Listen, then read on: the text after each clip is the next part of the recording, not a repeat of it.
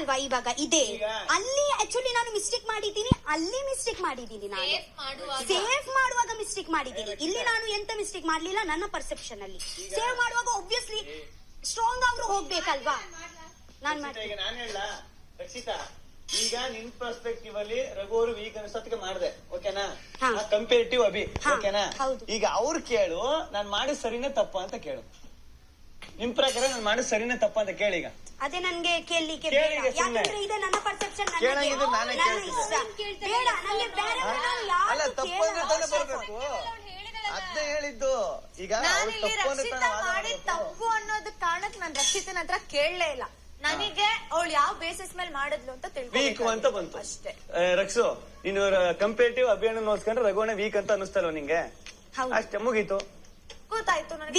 ಮತ್ತೆ ನಾನು nominate safe ಮಾಡಿದ ಕಾರಣ ಏನು ಅಂತ ಕೇಳಿ, ಮತ್ತೆ ಪ್ರಿನ್ಸಿಪಲ್ ಕಾರಣ ಮಾತಾಡ್ಕೋತೀನಿ. ಮೂರನೇವರು ಇನ್ವಾಲ್ವ್ ಆಗೋ ಅವಶ್ಯಕತೆ ಇಲ್ಲ.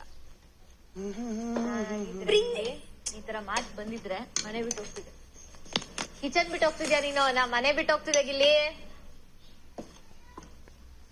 ನನ್ಗೆ ಏನ್ ಕೊಡ್ತಾರೋ ಏನೋ ನಂಗೆ ಗೊತ್ತಿಲ್ಲಪ್ಪ.